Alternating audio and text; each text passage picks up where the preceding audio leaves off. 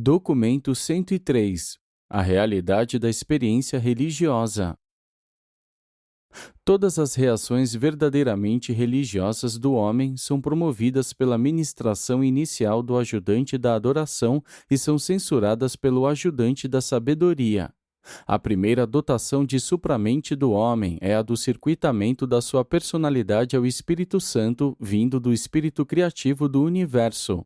E, bem antes das auto-outorgas dos filhos divinos e da dádiva dos ajustadores passar a ser universal, essa influência funciona para ampliar o ponto de vista do homem sobre a ética, a religião e a espiritualidade. Após as auto-outorgas dos filhos do paraíso, o Espírito da Verdade liberado faz poderosas contribuições para a ampliação da capacidade humana de perceber as verdades religiosas. À medida que avança a evolução em um mundo habitado, os ajustadores do pensamento participam crescentemente do desenvolvimento dos tipos mais elevados de discernimento interior religioso no homem. O ajustador do pensamento é a janela cósmica através da qual a criatura finita, pela fé, pode antever muito sobre os aspectos certos e divinos da deidade ilimitada, o Pai Universal. As tendências religiosas das raças humanas são inatas. Elas são manifestadas de um modo universal e têm uma origem aparentemente natural. As religiões primitivas são sempre evolucionárias na sua gênese. À medida que a experiência religiosa natural continua o seu progresso, revelações periódicas da verdade pontuam o fluir da evolução planetária, a qual, não fora por isso, seria mais lenta. Em Urântia, hoje, há 4 espécies de religião. 1. A religião natural ou evolucionária. 2. A religião supranatural ou da revelação. 3. A religião prática ou corrente, mistos em vários graus de religiões naturais e supranaturais. 4. As religiões filosóficas, doutrinas teológicas feitas pelo homem ou pensadas pela filosofia e criadas pela razão. 1. A filosofia da religião. A unidade da experiência religiosa em um grupo social ou racial nasce da natureza idêntica dos fragmentos de Deus que residem nos indivíduos. É essa parte divina no homem que dá origem ao seu interesse não egoísta pelo bem-estar de outros homens. Contudo, posto que a personalidade é única, não havendo 2 seres mortais iguais, ocorre inevitavelmente que não há 2 seres humanos que possam interpretar, de modo similar, a condução e os impulsos do espírito da divindade que vive dentro das suas mentes. Os seres de um grupo de mortais podem experienciar a unidade espiritual, mas eles não podem nunca alcançar a uniformidade filosófica. E essa diversidade de interpretação da experiência e do pensamento religioso é mostrada pelo fato de que os teólogos e os filósofos do século XX têm formulado mais de 500 definições diferentes para a religião. Na realidade, cada ser humano define a religião nos termos da sua própria interpretação experiencial dos impulsos divinos que emanam do Espírito de Deus, que reside em si próprio e, portanto, essa interpretação deve ser única e totalmente diferente da filosofia religiosa de todos os outros seres humanos. Quando um mortal está de pleno acordo com a filosofia religiosa de um semelhante mortal, esse fenômeno indica que esses 2 seres tiveram uma experiência religiosa semelhante, no que toca às questões das similaridades entre as suas interpretações filosóficas religiosas. Ainda que a vossa religião seja uma questão de experiência pessoal, é muito importante que vós devesseis ser expostos ao conhecimento de um vasto número de outras experiências religiosas, as interpretações diversas de mortais diversos, com a finalidade de que possais impedir a vossa vida religiosa de tornar-se egocêntrica, circunscrita, egoísta e antissocial. O racionalismo erra quando assume que a religião é, em primeiro lugar, uma crença primitiva em alguma coisa e que, então, é seguida da busca de valores. A religião é principalmente uma busca de valores que, em seguida, formula um sistema de crenças interpretativas. É muito mais fácil para os homens concordarem quanto aos valores religiosos, metas, do que quanto às crenças, interpretações. E isso explica como a religião pode concordar quanto aos valores e metas, permitindo, ao mesmo tempo, a existência de fenômenos confusos, tais como continuar admitindo centenas de crenças conflitantes, os credos. Isso explica também porque uma determinada pessoa pode manter a sua experiência religiosa, mesmo cedendo ou mudando muitas das suas crenças religiosas. A religião persiste, a despeito das mudanças evolucionárias nas crenças religiosas. A teologia não produz a religião, é a religião que produz a filosofia teológica. O fato de que os religiosos tenham acreditado em tantas coisas que eram falsas não invalida a religião, pois esta é fundada no reconhecimento de valores e é validada pela fé da experiência religiosa pessoal. A religião, então, baseia-se na experiência e no pensamento religioso. A teologia, a filosofia da religião, é uma tentativa honesta de interpretar aquela experiência. Essas crenças interpretativas podem estar certas ou erradas, ou serem uma mistura de verdade e de erro. O reconhecimento tornado realidade dos valores espirituais é uma experiência que é supraideacional. Não há nenhuma palavra em nenhuma língua humana que possa ser empregada para designar esse senso, sentimento, intuição ou experiência que escolhemos chamar de consciência de Deus. O Espírito de Deus que reside no homem não é pessoal, o ajustador é pré-pessoal, mas esse monitor apresenta um valor, exala um sabor de divindade que não é pessoal no sentido mais elevado e infinito. Se Deus não fosse ao menos pessoal, ele não seria consciente e, não sendo consciente, então ele seria infra-humano. 2. A religião e o indivíduo. A religião é funcional na mente humana e tem sido consubstanciada na experiência antes do seu aparecimento na consciência humana. Uma criança já existe cerca de 9 meses antes de experimentar o nascimento. O nascimento da religião, porém, não é súbito. É antes uma emergência gradativa. Entretanto, mais cedo ou mais tarde, há o dia do nascimento. Vós não entrareis no reino do céu a menos que tenhais nascido novamente, nascido do Espírito. Muitos nascimentos espirituais são acompanhados de muita angústia de espírito e marcados por perturbações psicológicas, do mesmo modo que muitos nascimentos físicos são caracterizados por um trabalho difícil e outras anormalidades no parto. Outros nascimentos espirituais são um crescimento natural e normal de reconhecimento dos valores supremos com o enaltecimento da experiência espiritual, ainda que nenhum desenvolvimento religioso ocorra sem um esforço consciente e positivo de determinação individual e pessoal. O ato religioso nunca é uma experiência passiva, uma atitude negativa.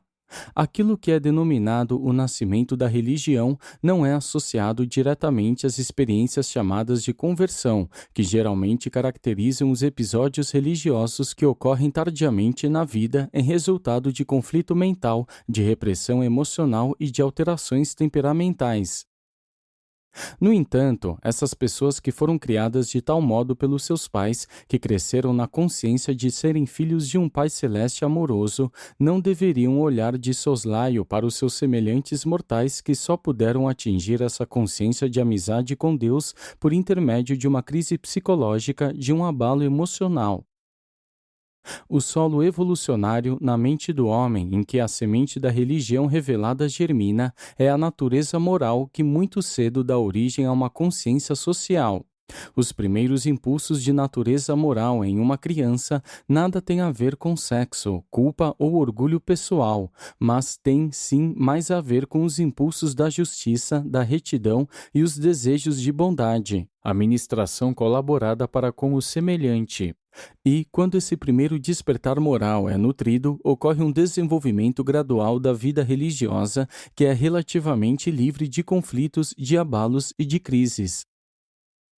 Todo ser humano experimenta muito cedo algo como um conflito entre a sua busca pessoal e os seus impulsos altruístas, e, muitas vezes, a primeira experiência de consciência de Deus pode ser alcançada em resultado da busca de ajuda supra-humana na tarefa de resolver tais conflitos morais. A psicologia de uma criança é naturalmente positiva, não negativa. Muitos mortais são negativos porque foram treinados para ser assim. Quando se diz que a criança é positiva, isso se refere aos seus impulsos morais, aqueles poderes da mente cuja emergência assinala a chegada do ajustador do pensamento. Na ausência de ensinamentos errôneos, a mente da criança normal move-se positivamente quando surge a consciência religiosa, que a leva na direção da retidão moral e do servir social, mais do que negativamente, fugindo do pecado e da culpa. Pode haver ou não conflito no desenvolvimento da experiência religiosa, mas estão sempre presentes as inevitáveis decisões, o esforço e a função da vontade humana. A escolha moral é acompanhada usualmente por conflitos morais maiores ou menores, e esse primeiro conflito, na mente da criança, dá-se entre a premência do egoísmo e os impulsos do altruísmo. O ajustador do pensamento não desconsidera os valores da personalidade com motivo egoísta e não opera no sentido de colocar a mais leve preferência sobre o impulso altruísta como sendo que leva à meta da felicidade humana e às alegrias do reino do céu. Quando um ser moral escolhe não ser egoísta, ao deparar com o impulso de ser egoísta, esta é a experiência religiosa primitiva. Nenhum animal pode fazer essa escolha. Tal decisão não só é humana, como é religiosa. Ela abrange o fato de se ter consciência da existência de Deus, demonstrando o impulso para o serviço social à base da irmandade dos homens. Quando a mente escolhe um julgamento moral certo por um ato de livre-arbítrio, essa decisão constitui uma experiência religiosa. Todavia, antes que a criança se haja desenvolvido suficientemente até adquirir a capacidade moral e, portanto, até ser capaz de escolher o serviço altruísta, ela já desenvolveu uma natureza egoísta forte e bem unificada. E é essa situação factual que dá surgimento à teoria da luta entre a natureza mais elevada e a mais baixa, entre o homem velho do pecado e a nova natureza da graça. Muito cedo na vida, a criança normal começa a aprender que dar é mais abençoado do que receber. O homem tende a identificar o impulso de atender às próprias necessidades do seu ego como o seu eu, consigo próprio. E, ao mesmo tempo, inclina-se a identificar a vontade de ser altruísta com alguma influência exterior a ele próprio, Deus. E esse julgamento de fato está certo, pois todos os desejos altruístas têm a sua origem nos guiamentos do ajustador do pensamento residente, e esse ajustador é um fragmento de Deus. A consciência humana correlaciona o impulso do monitor espiritual com a tendência de ser altruísta, de pensar fraternalmente. Ao menos, essa é a experiência primeira e fundamental na mente da criança. Quando a criança em crescimento não tem êxito em unificar a sua personalidade, a tendência altruísta pode tornar-se tão superdesenvolvida a ponto de causar um prejuízo sério ao bem-estar do eu. Uma consciência mal orientada pode tornar-se responsável por muitos conflitos, preocupações, tristezas e um sem fim de infelicidades humanas. 3. A religião e a raça humana.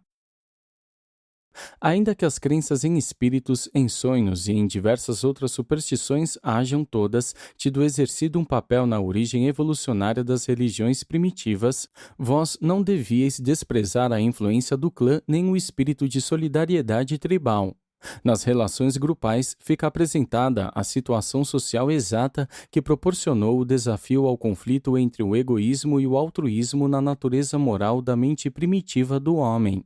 A despeito da sua crença em espíritos, os australianos primitivos ainda concentram no clã o foco da sua religião. Com o tempo, tais conceitos religiosos tendem a se personalizar primeiro como animais e mais tarde como um ser supra-humano ou um deus. Até mesmo as raças inferiores, tais como os bosquímanos africanos, os quais não chegam nem a ser totêmicos nas suas crenças, reconhecem a diferença entre o interesse próprio e o interesse grupal, fazem uma diferenciação primitiva entre os valores do secular e do sagrado. O grupo social não é, porém, a fonte da experiência religiosa.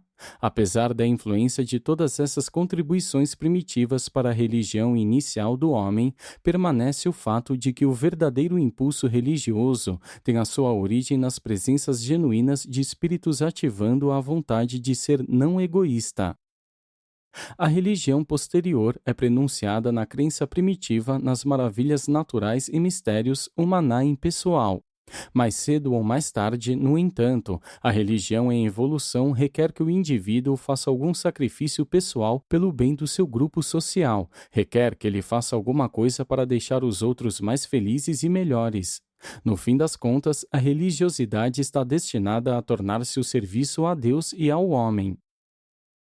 A religião está destinada a mudar o meio ambiente do homem, mas grande parte da religiosidade encontrada entre os mortais hoje tornou-se impotente para realizar isso.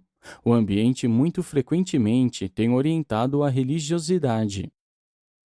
Lembrai-vos de que, na religião de todas as épocas, a experiência suprema é o sentimento a respeito dos valores morais e dos significados sociais, não o pensamento a respeito dos dogmas teológicos ou das teorias filosóficas. A religião evoluiu favoravelmente à medida que um elemento de magia é substituído pelo conceito da moral.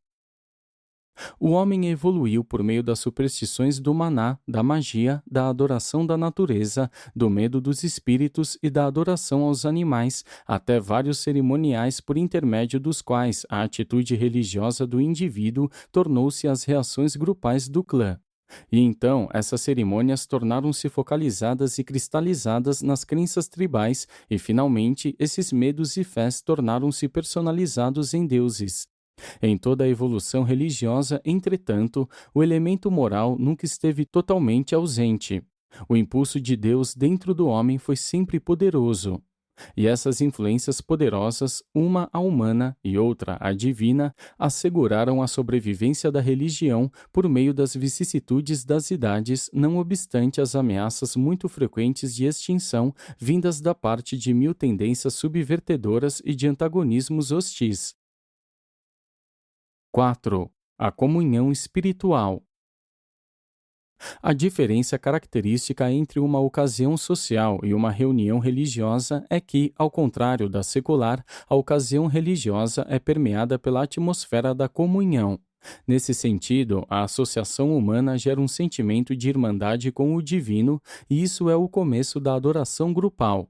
Compartilhar uma refeição comum foi o primeiro tipo de comunhão social, e assim as religiões primitivas colaboraram com aquela parte do sacrifício cerimonial que deveria ser comida pelos adoradores. Mesmo no cristianismo, a ceia do Senhor conserva esse modo de comunhão. A atmosfera da comunhão proporciona um período restaurador e confortador de trégua ao ego, o qual está no conflito da busca a si próprio, encontrando nessa trégua o impulso altruísta do espírito monitor residente. E isso é um prelúdio à verdadeira adoração, à prática da presença de Deus que acontece no surgimento da irmandade dos homens. Quando sentiu que a sua comunhão com Deus havia sido interrompida, o homem primitivo recorreu a sacrifícios de algum tipo, em um esforço para fazer a expiação das relações amigáveis, restaurando-as. A fome e a sede de retidão conduzem à descoberta da verdade, e a verdade aumenta os ideais. E isso gera novos problemas para os indivíduos religiosos, pois os nossos ideais tendem a crescer em uma progressão geométrica, enquanto a nossa capacidade de viver e estar à altura deles aumenta em uma progressão apenas aritmética.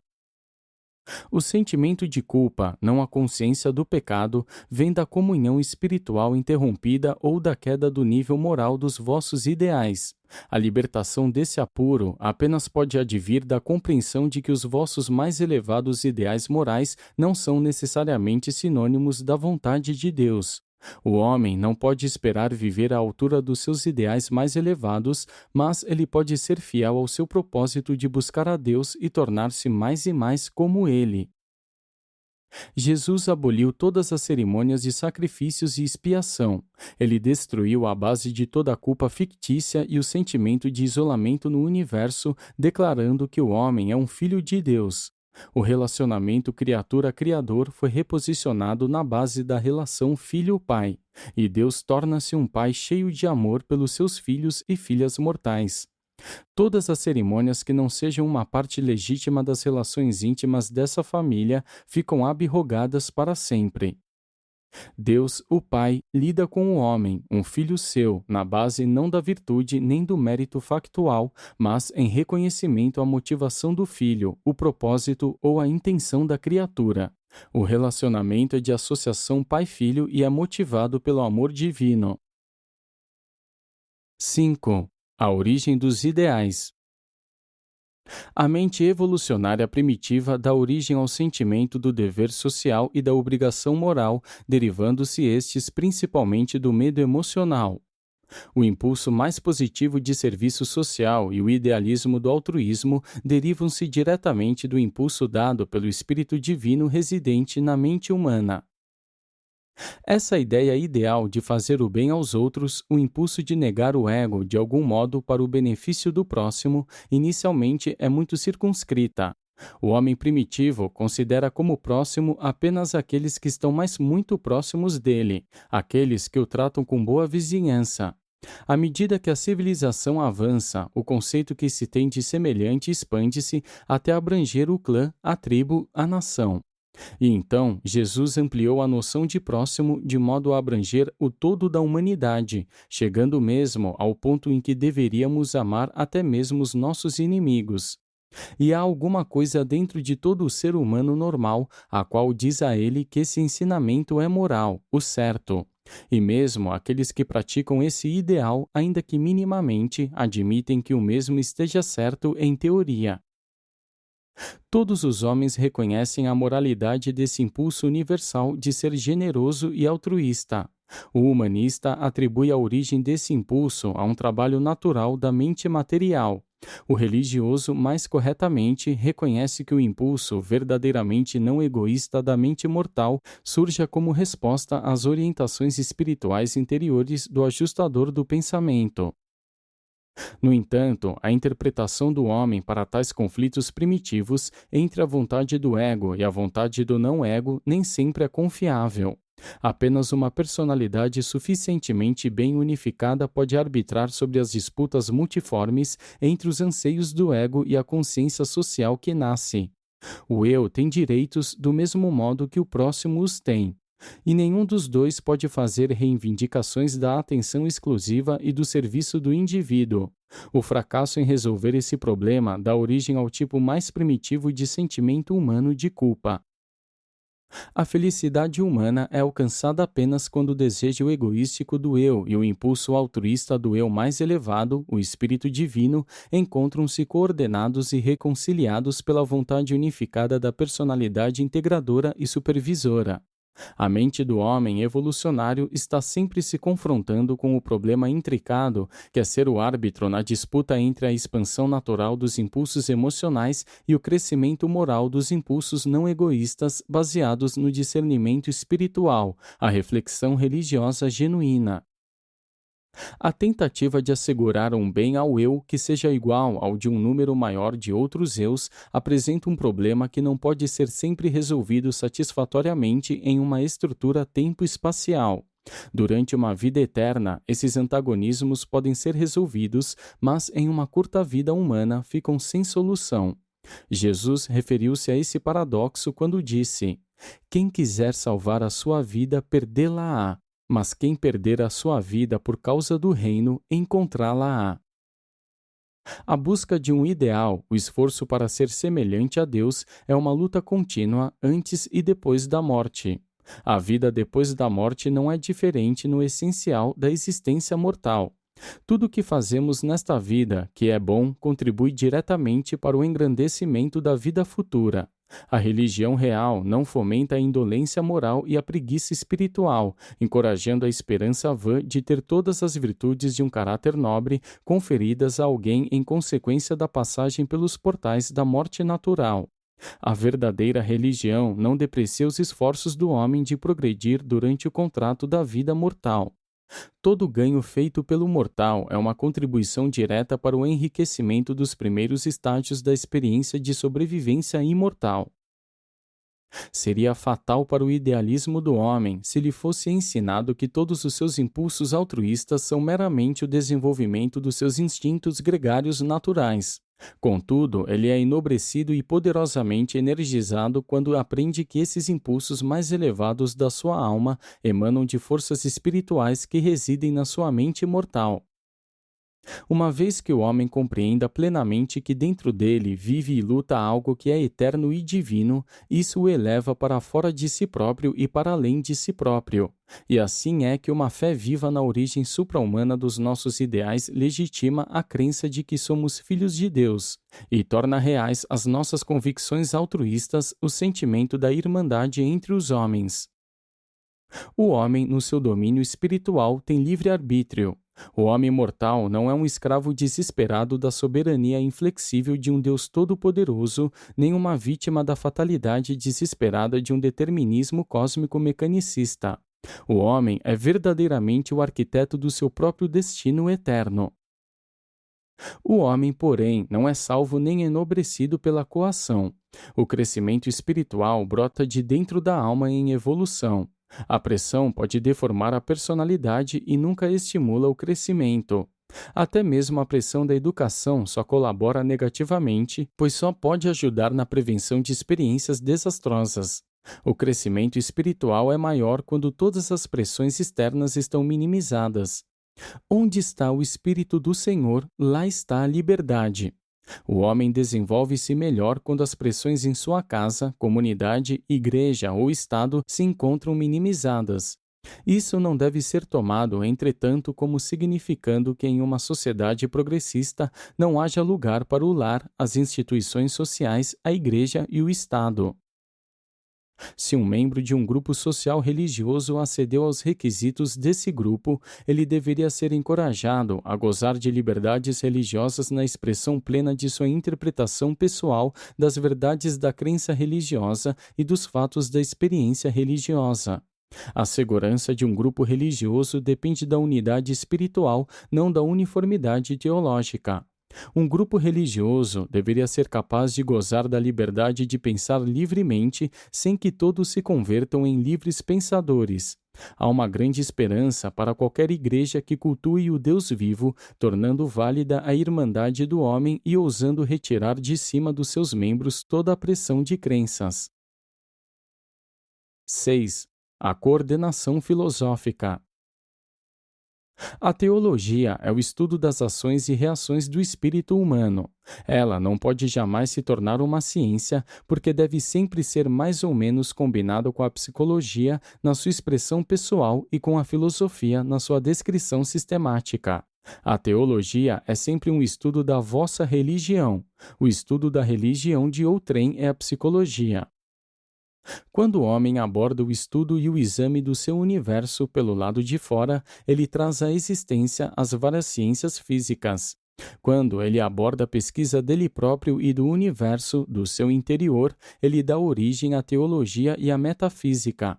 A arte mais recente da filosofia desdobra-se em um esforço de harmonizar as muitas discrepâncias que estão destinadas a aparecer, a princípio, entre as descobertas e os ensinamentos dessas duas vias diametralmente opostas de abordagem das coisas e seres do universo.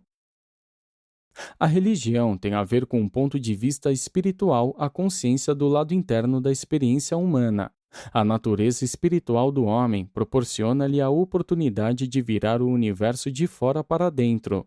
E, consequentemente, é verdade que, vista exclusivamente do lado interno da experiência da personalidade, toda a criação parece ser espiritual na sua natureza. Quando o homem inspeciona analiticamente o universo por meio dos dons materiais dos seus sentidos físicos e da percepção mental a eles associada, o cosmo parece ser mecânico e composto de energias materiais. Tal técnica de estudar a realidade consiste em virar o universo de dentro para fora.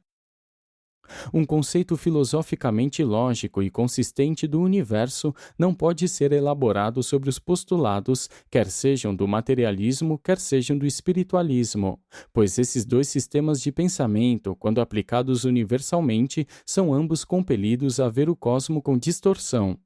O primeiro, contatando um universo virado de dentro para fora, e o último, compreendendo a natureza de um universo virado de fora para dentro. Nunca então, nem a ciência nem a religião em si e por si próprias, permanecendo sozinhas, podem esperar conquistar uma compreensão adequada das verdades universais e das relações sem a orientação da filosofia humana e sem a iluminação da revelação divina. O espírito interior do homem dependerá sempre, para sua expressão e autorrealização, do mecanismo e da técnica da mente. Do mesmo modo, a experiência externa do homem com a realidade material deve basear-se na consciência mental da personalidade que está experienciando.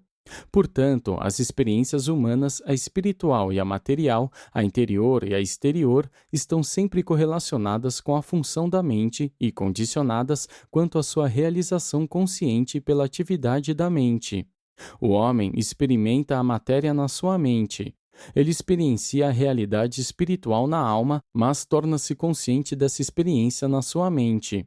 O intelecto é o harmonizador, é o condicionador e o qualificador sempre presentes da soma total da experiência mortal. Ambos, as coisas da energia e os valores do espírito, quando passam ao âmbito da consciência mental por meio da interpretação, são coloridos por esta. A vossa dificuldade de chegar a uma coordenação mais harmoniosa entre a ciência e a religião provém da vossa completa ignorância sobre o domínio intermediário moruncial de coisas e de seres. O universo local consiste de 3 graus ou estágios de manifestação da realidade: o da matéria, o da morôncia e do espírito. O ângulo moroncial de abordagem suprime todas as divergências entre as descobertas das ciências físicas e o funcionamento do espírito da religião. A razão é a técnica de entendimento das ciências.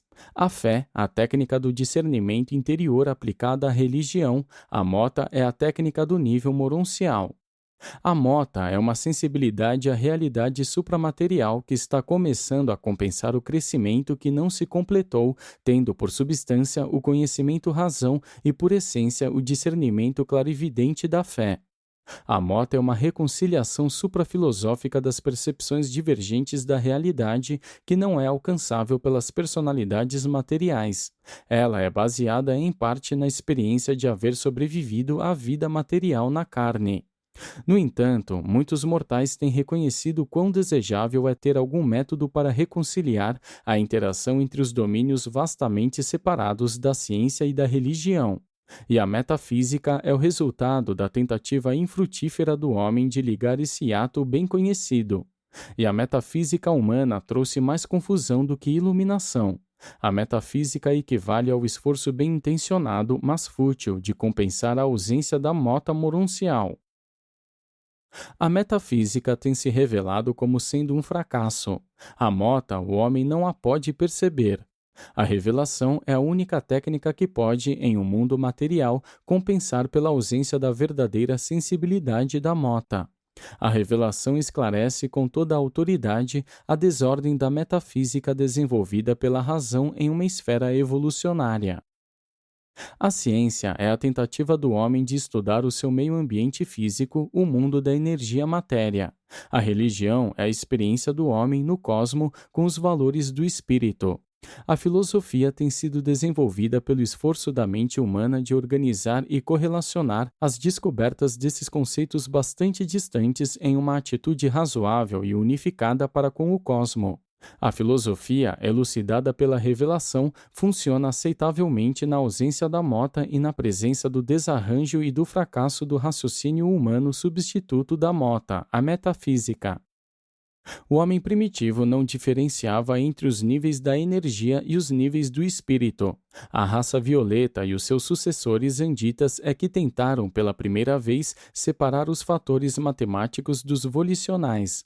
E o homem civilizado cada vez mais seguiu os passos dos sumérios e dos primeiros gregos que distinguiram entre o inanimado e o animado. E, à medida que a civilização faz progressos, a filosofia terá que interligar os abismos que se ampliam entre o conceito de espírito e o conceito de energia. Contudo, no tempo do espaço, essas divergências são unificadas no Supremo. A ciência deve estar sempre fundamentada na razão, embora a imaginação e a conjectura colaborem na ampliação das suas fronteiras. A religião é para sempre dependente da fé, embora a razão seja uma influência estabilizadora e uma criada útil da fé. E sempre tem havido, como sempre haverá, interpretações enganosas dos fenômenos, tanto do mundo natural quanto do espiritual, da parte das ciências e das religiões, assim falsamente denominadas. Partindo do seu alcance incompleto na ciência, do apoio débil que tem na religião e das suas tentativas abortadas de fazer metafísica, o homem tem tentado elaborar as suas formulações da filosofia. E o homem moderno, de fato, construiria uma filosofia atraente e que valesse a pena para si próprio e para o seu universo, não fora pelo colapso da sua toda importante e indispensável conexão metafísica entre os mundos da matéria e do espírito. Não fora o fracasso que a metafísica experimentou ao tentar criar uma ponte para ligar o abismo moroncial existente entre o físico e o espiritual. Falta ao homem mortal o conceito da mente moroncial e da matéria moroncial.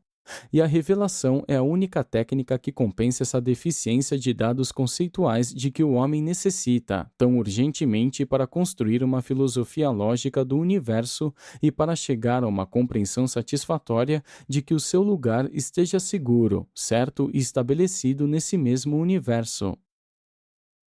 A revelação é a única esperança que o homem evolucionário tem de vencer o abismo moroncial. A fé e a razão, não ajudadas pela mota, não podem conceber e construir um universo lógico. Sem a clarividência da mota, o homem mortal não pode discernir bondade, amor e verdade nos fenômenos do mundo material. Quando a filosofia do homem pende pesadamente para o mundo da matéria, ela torna-se racionalista ou naturalista. Quando a filosofia inclina-se especialmente para o nível espiritual, ela torna-se idealista ou até mística. Quando a filosofia cai na infelicidade de apoiar-se na metafísica, ela torna-se infalivelmente cética e confusa. Nas idades passadas, a maioria dos conhecimentos e avaliações intelectuais do homem caiu em uma dessas três distorções de percepção: que a filosofia não ouse projetar as suas interpretações da realidade à moda linear da lógica. É preciso que ela tenha sempre em conta a simetria elíptica da realidade e a curvatura essencial da relação entre todos os conceitos. A mais elevada das filosofias alcançáveis pelo homem mortal deve basear-se logicamente na razão da ciência, na fé da religião e no discernimento da verdade propiciados pela revelação. Por meio desse recurso de união, o homem pode compensar um pouco da sua impotência para desenvolver uma metafísica adequada e um pouco da sua incapacidade de compreender a mota da morôncia. 7. Ciência e religião. A ciência é sustentada pela razão, a religião pela fé. Embora não se baseie na razão, a fé é razoável. E, embora seja independente da lógica, nem por isso ela deixa de ser encorajada pela prudência sadia dessa lógica. A fé não pode ser nutrida nem mesmo por uma filosofia ideal. De fato, ela é, junto com a ciência, a fonte mesma dessa filosofia. A fé, o discernimento religioso interior do ser humano, pode certamente ser instruída apenas pela revelação, e pode certamente ser elevada apenas pela experiência mortal pessoal com a presença espiritual do ajustador do Deus que é Espírito. A verdadeira salvação é a técnica da evolução divina da mente mortal, escapando da identificação com a matéria por intermédio dos reinos da ligação moroncial ao status elevado de correlação espiritual no universo. E, do mesmo modo que o instinto material da intuição precede ao surgimento do conhecimento, pelo raciocínio na evolução terrestre, também, no superno programa da evolução celeste, a manifestação do discernimento espiritual intuitivo pressagia o aparecimento futuro da razão e da experiência moroncial, e, em seguida, espiritual. Trabalho este que é feito pela transmutação dos potenciais do homem temporal na factualidade e na divindade do homem, o eterno, um finalitor do paraíso. Contudo, à medida que o homem ascendente avança para o interior e na direção do paraíso, para a experiência de Deus, ele estará, do mesmo modo, avançando para fora e na direção do espaço, na busca de uma compreensão em termos de energia do cosmo material. O progresso da ciência não está limitado à vida terrestre do homem. A sua experiência de ascensão no universo e no superuniverso será, em um grau elevado, o estudo da transmutação da energia e da metamorfose material. Deus é espírito, mas a deidade é unidade e a unidade da deidade não apenas abraça os valores espirituais do Pai Universal e do Filho Eterno, pois é também conhecedora dos fatos sobre a energia do Controlador Universal e da Ilha do Paraíso. Ao mesmo tempo, essas duas últimas fases da realidade universal estão perfeitamente correlacionadas nas relações de mente do agente conjunto e também unificadas no nível finito na deidade emergente do Ser Supremo. A união da atitude científica e do discernimento religioso pela intermediação da filosofia experiencial é parte da longa experiência de ascensão do homem ao paraíso. As aproximações da matemática e as certezas que vêm do discernimento interior sempre requerem a função harmonizadora da lógica da mente em todos os níveis da experiência anteriores ao da realização máxima do Supremo. No entanto, a lógica nunca pode ter êxito em harmonizar as descobertas da ciência com os achados do discernimento da religião, a menos que tanto o aspecto científico quanto o religioso de uma personalidade estejam comandados pela verdade, sinceramente desejosos de seguir a verdade aonde quer que esta possa conduzir, independentemente das conclusões que possa alcançar. A lógica é a técnica da filosofia, o seu método de expressão. Dentro do domínio da verdadeira ciência, a razão é sempre acessível à lógica genuína.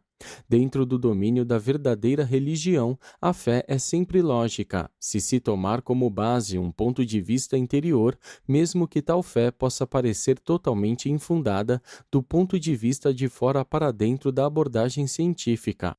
Do exterior, olhando para o interior, o universo pode parecer material. Do interior, olhando para o exterior, o mesmo universo parece ser totalmente espiritual. A razão surge da consciência material, a fé da consciência espiritual, no entanto, pela intermediação de uma filosofia fortalecida pela revelação. A lógica pode confirmar tanto a visão interior quanto a visão exterior, efetivando, por meio delas, a estabilização não apenas da ciência como da religião. Assim, por intermédio do contato comum com a lógica da filosofia, a ciência e a religião podem ambas vir a ser tolerantes uma com a outra, de um modo cada vez menos cético. A ciência e a religião em desenvolvimento necessitam ambas de uma autocrítica mais penetrante e destemida, de uma consciência maior de estarem incompletas em seu estado de evolução. Os educadores, tanto da ciência quanto da religião, frequentemente ficam ao mesmo tempo autoconfiantes e dogmáticos em excesso. A ciência e a religião podem apenas ser autocríticas sobre os seus próprios fatos. O momento de partida se faz real no estágio do fato, a razão abdica-se ou, então, degenerar-se-á rapidamente em uma parceria da lógica falsa. A verdade, uma compreensão das relações cósmicas, dos fatos do universo e dos valores espirituais, pode ser mais bem obtida por intermédio da ministração do Espírito da Verdade e ser mais bem criticada pela revelação. A revelação, porém, não dá origem nem a uma ciência nem a uma religião. A sua função é coordenar a ambas, a ciência e a religião, com a verdade da realidade. Na ausência da revelação, ou quando o homem mortal não a aceita ou não a compreende, ele tem sempre recorrido ao gesto fútil da sua metafísica, sendo esta a substituta humana única da revelação da verdade ou da mota da personalidade moroncial. A ciência do mundo material capacita o homem a controlar e a dominar, dentro de limites, o seu meio ambiente físico. A religião e a sua experiência espiritual é a fonte do impulso da fraternidade que possibilita ao homem viver em conjunto em meio às complexidades da civilização de uma idade científica. A metafísica, mas muito mais seguramente a revelação, proporciona um terreno comum de confluência para as descobertas tanto da ciência quanto da religião, e torna possível a tentativa humana de correlacionar logicamente esses domínios separados, porém interdependentes do pensamento, em uma filosofia bem equilibrada de estabilidade científica e de certeza religiosa. Durante o estado mortal, nada pode ser provado de um modo absoluto. Tanto a ciência quanto a religião são pregadas com base em conjecturas. No nível moroncial, os postulados da ciência, bem como os da religião, tornam-se capazes de comprovação parcial por intermédio da lógica da mota. No nível espiritual de status máximo, a necessidade de provas finitas gradualmente dissipa-se diante da experiência factual da realidade e com a realidade. Mas, mesmo então, muito há para além do finito que continua sem comprovação. Todas as divisões do pensamento humano são baseadas em alguns pressupostos que são aceitos, ainda que sem comprovação, pela sensibilidade que constitui a realidade da dotação da mente do homem.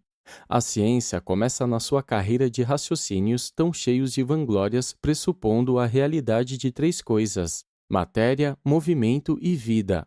A religião parte do pressuposto que é o da validade de três coisas: a mente, o espírito e o universo, o ser supremo. A ciência transforma-se no domínio do pensamento, das matemáticas, da energia e da matéria no tempo e no espaço.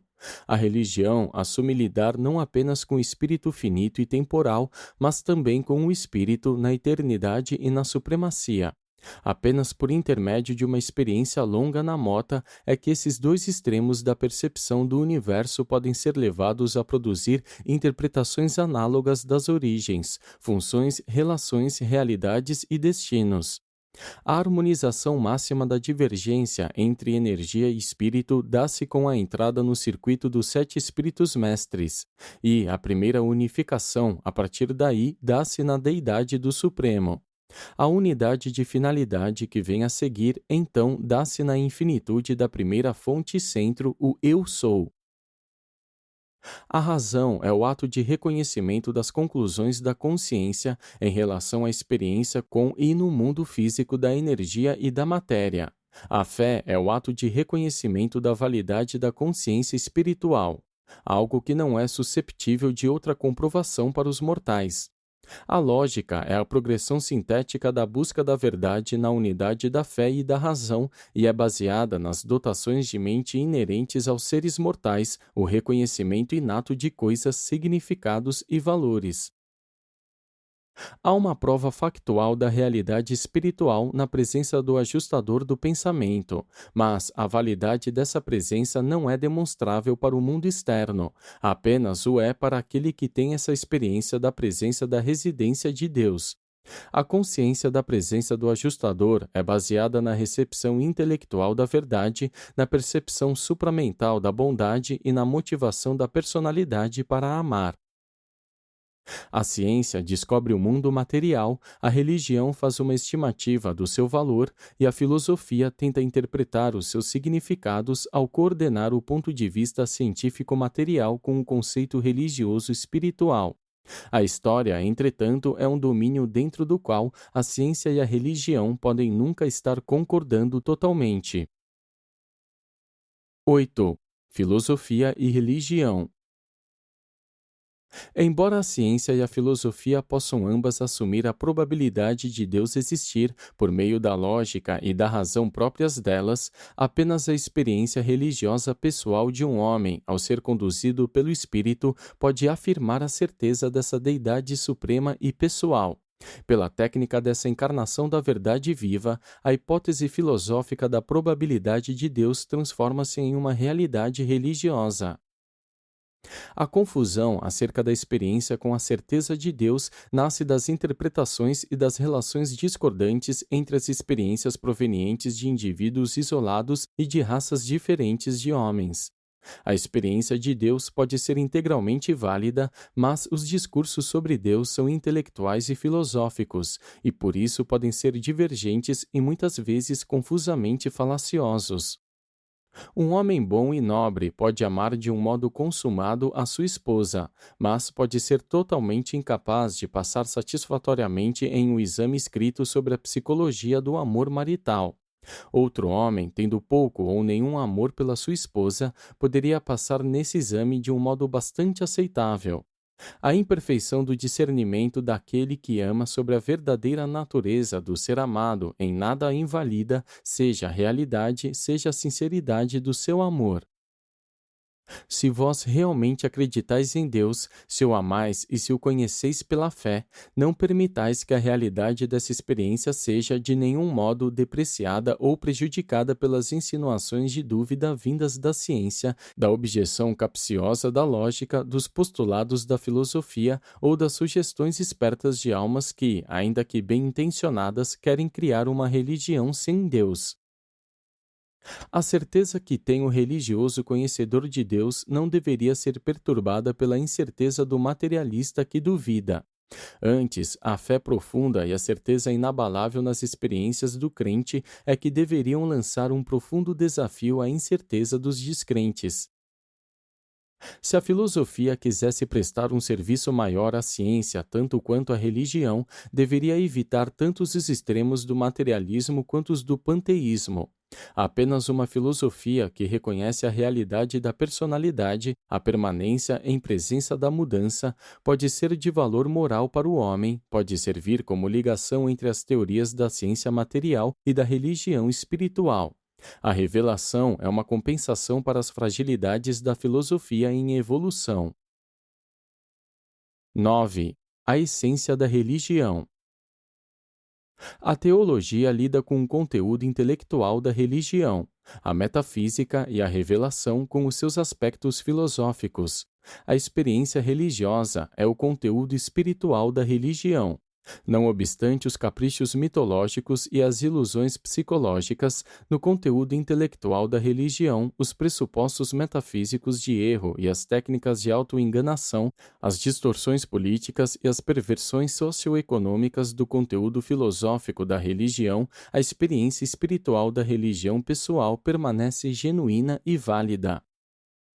A religião tem a ver com o sentimento, com a ação e a vivência, não meramente com o pensamento. O pensar é relacionado mais de perto com a vida material e deveria estar principalmente, mas não totalmente, dominado pela razão e pelos fatos da ciência, e, nos seus alcances não materiais, até os reinos do espírito pela verdade. Não importa quão ilusória e errônea seja a teologia de alguém, a sua religião pode ser totalmente genuína e verdadeira para sempre. O budismo, na sua forma original, é uma das melhores religiões sem um Deus entre as que já surgiram em toda a história evolucionária de Urântia, embora, ao se desenvolver, essa fé não tenha permanecido sem um Deus. A religião sem fé é uma contradição. Sem Deus é uma inconsistência filosófica e um absurdo intelectual. A paternidade mágica e mitológica da religião natural não invalida a realidade e a verdade das religiões reveladoras posteriores, nem o consumado evangelho da salvação da religião de Jesus.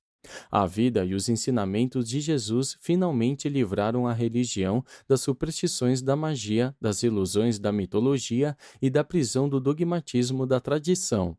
Contudo, a magia e a mitologia primitivas preparam muito efetivamente o caminho para a religião superior subsequente, assumindo a existência e a realidade dos valores e dos seres supramateriais. Embora a experiência religiosa seja um fenômeno subjetivo puramente espiritual, essa experiência abrange uma atitude positiva e vivencial de fé para com os reinos mais elevados da realidade objetiva do universo. O ideal da filosofia religiosa é essa fé-confiança que leva o homem irrestritamente a depender do amor absoluto do Pai infinito do universo dos universos. Tal experiência religiosa genuína em muito transcende a objetivação filosófica do desejo idealista. De fato, ela toma a salvação como garantida e preocupa-se apenas em aprender a cumprir a vontade do Pai do Paraíso. Os sinais dessa religião são a fé em uma deidade suprema, a esperança na sobrevivência eterna e o amor, especialmente o dos semelhantes. Quando a teologia chega a ter a religião sob controle e mestria, a religião morre engolfada. Torna-se uma doutrina em vez de uma coisa viva. A missão da teologia é meramente facilitar a autoconsciência da experiência espiritual pessoal. A teologia constitui o esforço religioso para definir, elucidar, expor e justificar as proposições experienciais da religião, que, em última análise, apenas podem ser validadas pela fé viva. Na filosofia mais elevada do universo, a sabedoria, como a razão, torna-se uma aliada da fé. Razão, sabedoria e fé são realizações das mais elevadas do homem. A razão introduz o homem no mundo dos fatos das coisas. A sabedoria o introduz no mundo da verdade das relações. A fé inicia-o em um mundo de divindade, de experiência espiritual. A fé leva voluntariamente a razão tão longe quanto a razão pode ir e continua com a sabedoria até o limite filosófico pleno. E então ela ousa lançar-se na viagem interminável e sem limites do universo na companhia apenas da verdade. A ciência, o conhecimento, funda-se na suposição inerente do espírito ajudante de que a razão seja válida, de que o universo pode ser compreendido. A filosofia, a compreensão coordenada, funda-se na suposição inerente do espírito da sabedoria, de que a sabedoria seja válida, de que o universo material possa ser coordenado ao espiritual. A religião, a verdade da experiência espiritual pessoal, funda-se na suposição inerente do ajustador do pensamento, de que a fé seja válida, de que Deus pode ser conhecido e alcançado. A realização plena da realidade da vida mortal consiste em uma vontade progressiva de acreditar nessas suposições da razão, da sabedoria e da fé. Tal vida é motivada pela verdade e dominada pelo amor. E esses são os ideais da realidade cósmica objetiva, cuja existência não pode ser materialmente demonstrada. Uma vez que a razão reconhece o certo e o errado, ela demonstra sabedoria. Quando a sabedoria escolhe entre o certo e o errado, entre a verdade e o erro, ela evidencia a haver sido conduzida pelo espírito. E assim são as funções da mente, da alma e do espírito, sempre unidas intimamente e interassociadas funcionalmente. A razão lida com o conhecimento factual, a sabedoria com a filosofia e com a revelação, a fé com a experiência espiritual viva. Por intermédio da verdade, o homem alcança a beleza, pelo amor espiritual, ascende a bondade. A fé conduz ao conhecimento de Deus, não meramente a um sentimento místico da presença divina. A fé não deve ser excessivamente influenciada pelas suas consequências emocionais. A verdadeira religião é uma experiência de crer e conhecer, tanto quanto uma satisfação de sentimento. Há uma realidade na experiência religiosa que é proporcional ao seu conteúdo espiritual. E tal realidade transcende a razão, a ciência, a filosofia, a sabedoria e a todas as outras realizações humanas. As convicções de tal experiência são incontestáveis. A lógica da vivência religiosa é incontroversa. A certeza desse conhecimento é supra-humana. As satisfações que advêm são magnificamente divinas. A coragem indomável, as devoções inquestionáveis, as lealdades supremas, e os destinos finais, eternos, últimos e universais. Apresentado por um Melquisedeque de Nébadon.